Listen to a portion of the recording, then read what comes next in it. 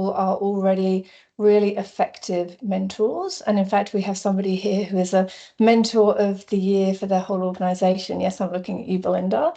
But I just wanted to put something together that I thought would be helpful for you. So I have got a deck here, which I've entitled A Mentor's Guide. Can you all see that?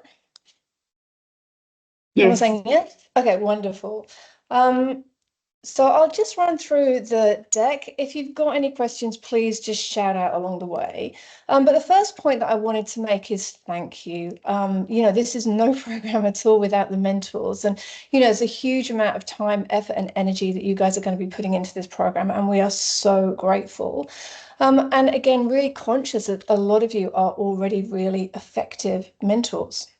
So this guide really is a bit of a either to reinforce or to add just a few additional techniques into what is already probably quite a robust mentors toolkit for you. I will be sending this deck through to you, so don't feel like you've got to scribble away if there is anything in here that's helpful. Okay. So what is mentoring? The wonderful Kathy O'Connor, who was a mentor in our inaugural program, said good mentoring should add value to a mentee and in the process make them more effective in their day-to-day role. And I love the fact she talked about it being good for humans, business, and for society. And Nikki Rook, who was also a member of the mentor cohort last time, she said it's about a way of paying it forward in an industry that's been so incredibly good to me. I love working with mentees who are self-aware and brave enough to learn and grow, no matter how uncomfortable.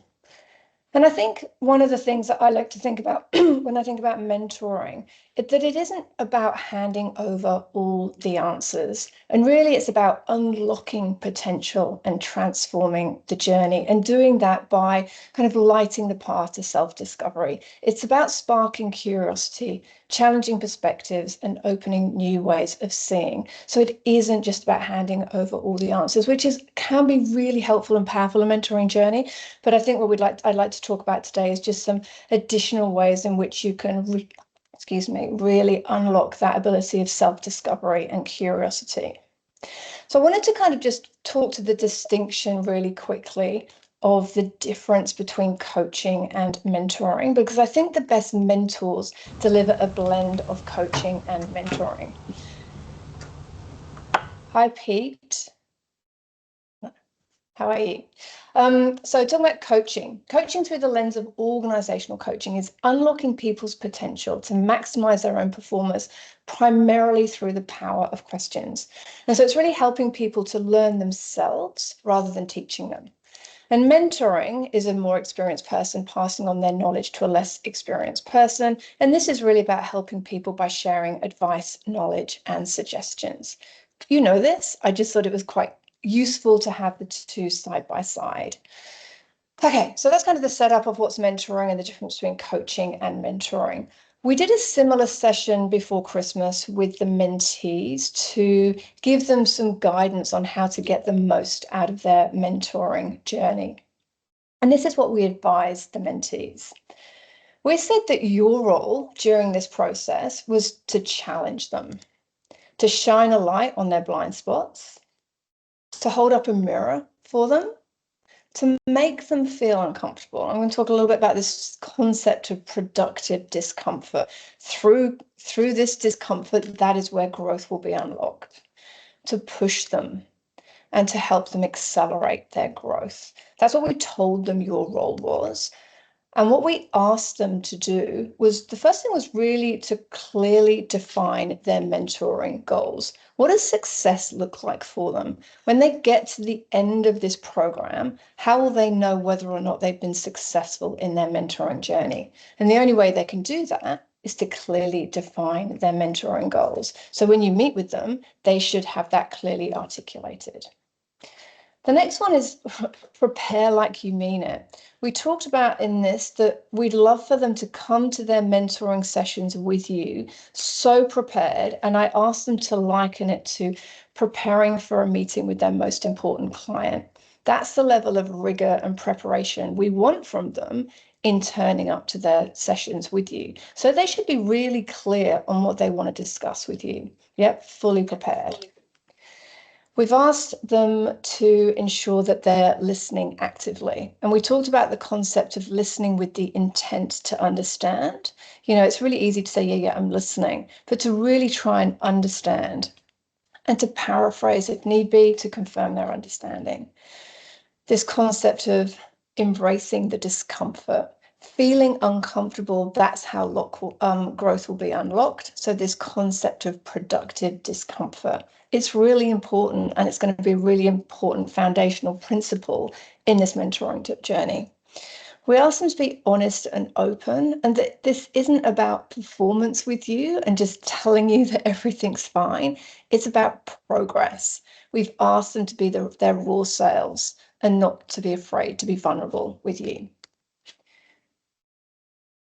This concept of what's one thing, we talked about in the last 5 minutes to throw down some feedback fuel, like asking for what's one thing I could have done differently in this mentoring session today? I think what's one thing is a really powerful concept in business, full stop. But I think particularly in this dynamic, what's one thing I could have done differently?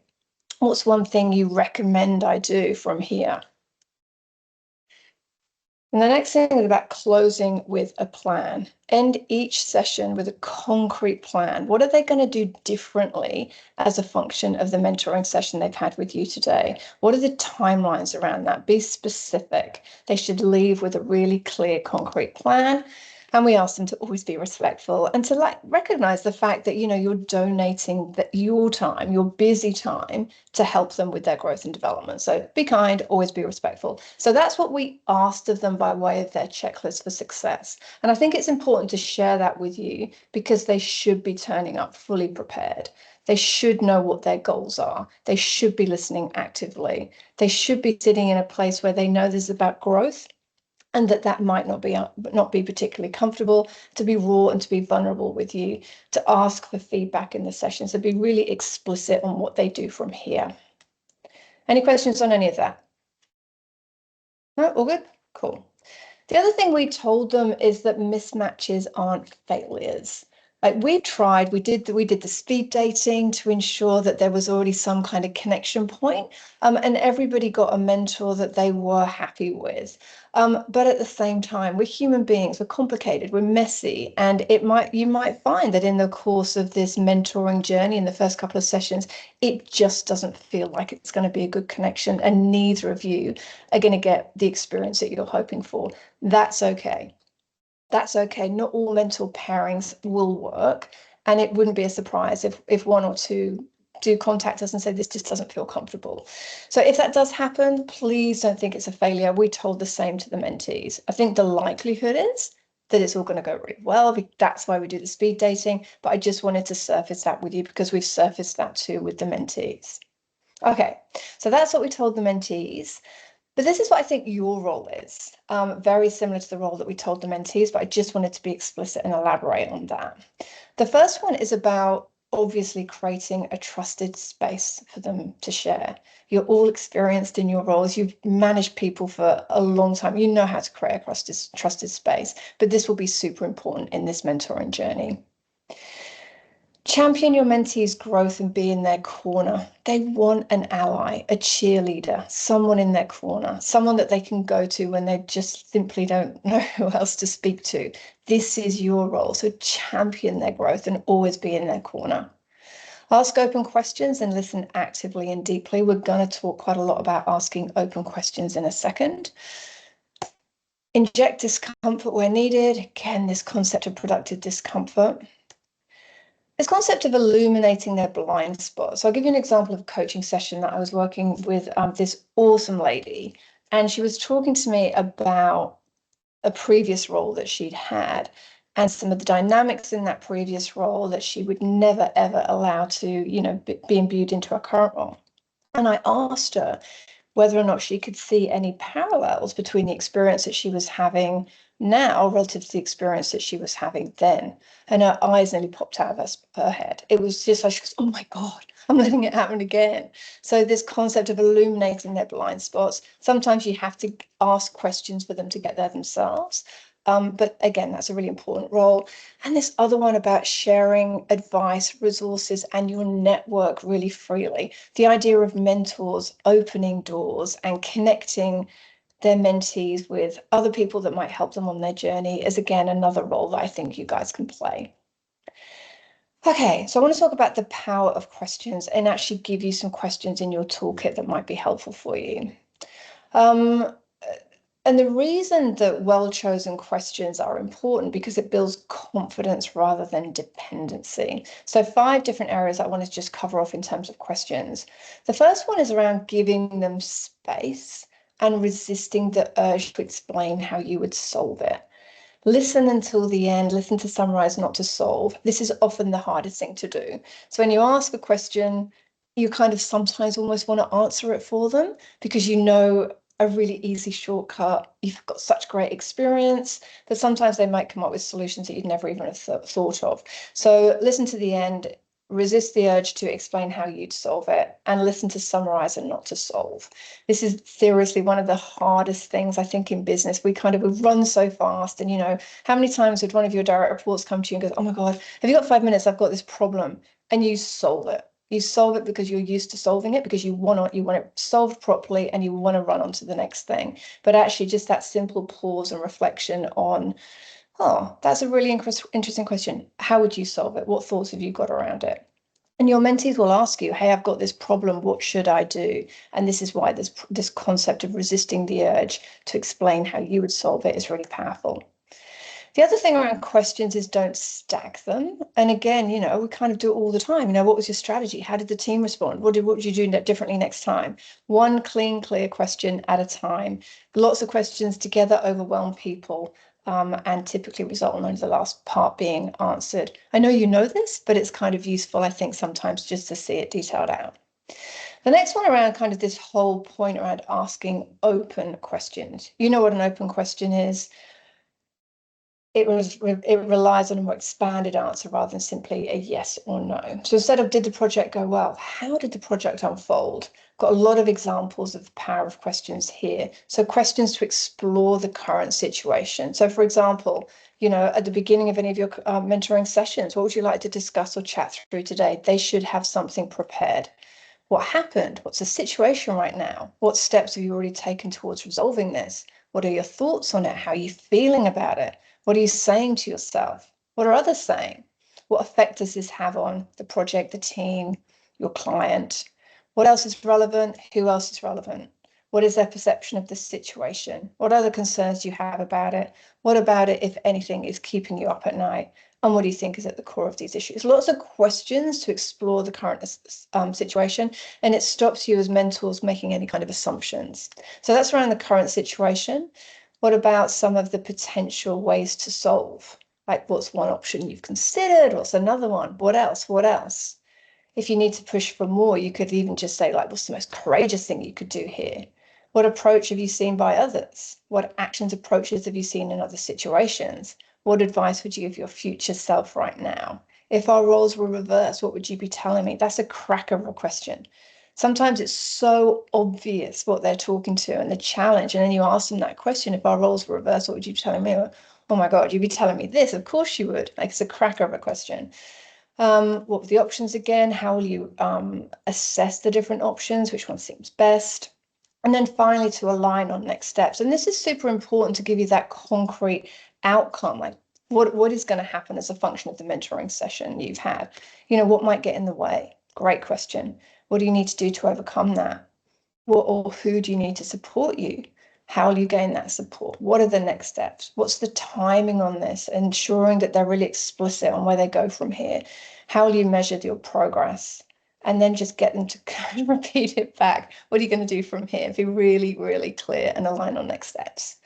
The other thing that I think is really helpful is this concept of double click questions. You know what they are. It's like just an opportunity to learn more. Like, go on, can you tell me more? Can you elaborate on that?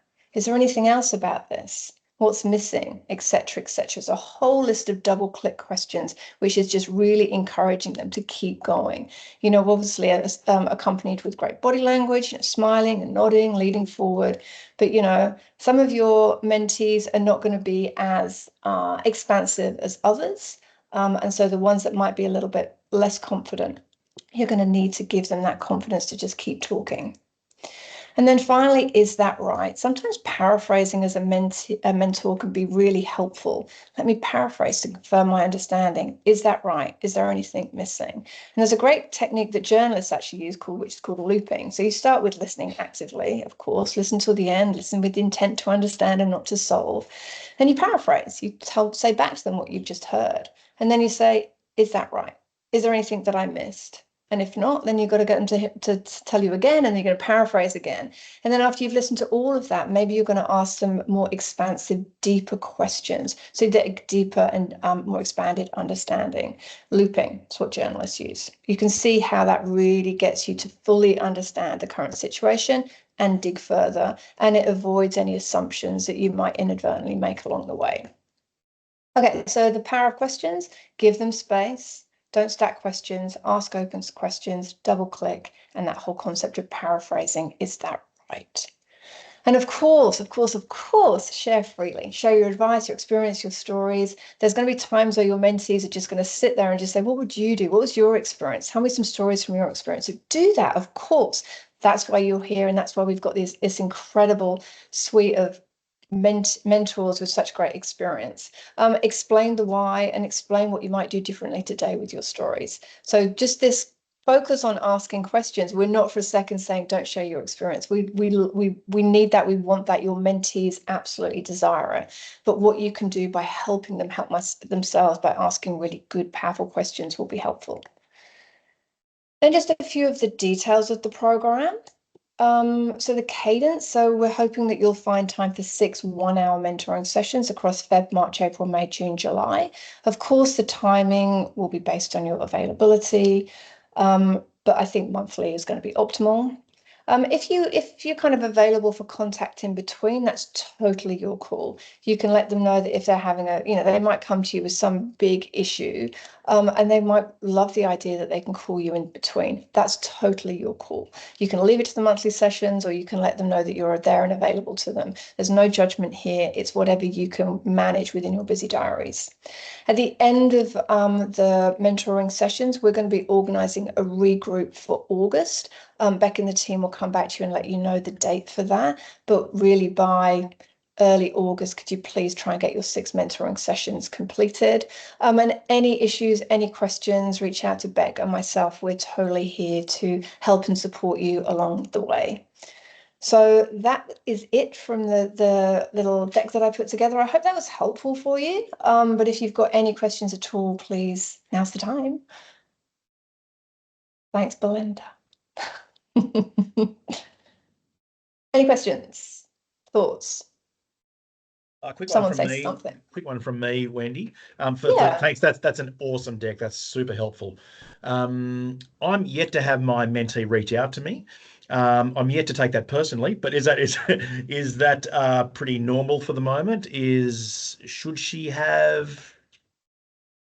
I'm going to let Beck pick that up because I know the IMAA contacted all the mentees last week. Okay, cool. Yeah, so on Thursday last week, we sent a reminder to all mentees. It's their responsibility to have contacted you by now. So if she hasn't, I will contact her personally today. If anyone else hasn't, let me know and I'll reach out to them directly. But on Thursday, they received a reminder to 1, contact you, 2, on the program logistics, and also to start that benchmarking survey. So at the end of the program, we can come back to us, the mentors, and show you what the program started with and where they believe they finished at. Yeah. Beck, mine hasn't reached out, I don't think, but I've just come back from leave, first day back today, so I don't want to throw anybody under the bus. So no worries, Pete. Let me suss out today or in the next 24 hours. Perfect. And anyone else, just by all means, reach out and I will tap them on the shoulder directly. Right. So we'll send a copy of the deck. That's As we awesome. said, please reach out. Any questions? We hope you have a really awesome time with your mentees. When we did the similar session with them before Christmas, they're so excited to get started, so excited. And based on the experience that we had last time, the growth in the mentees across this period is just staggering. So we're expecting wonderful things ahead for the next 6 months. One last thing, we are hoping to do a profile with each of the partners. So I'll be sending through to you some questions and asking for, oh, actually should have your headshots already, but sending through the questions, which will then run across the trade press. We ran the program last year with the same questions. It's just like, why did you want to mentor? What do you want the program? And what do you hope the media sector ends up growing from this program? So I'll send them through in the next day or so. Brilliant. Thank you. Thank you, Wendy. Thanks, Beck. Pleasure. Thanks, Beck. Wendy. Great to see you guys, and yeah, enjoy, have fun. Thanks, everybody. Beauty. So much. See you. Bye. Bye. Thanks, guys. Wendy. Bye. Bye.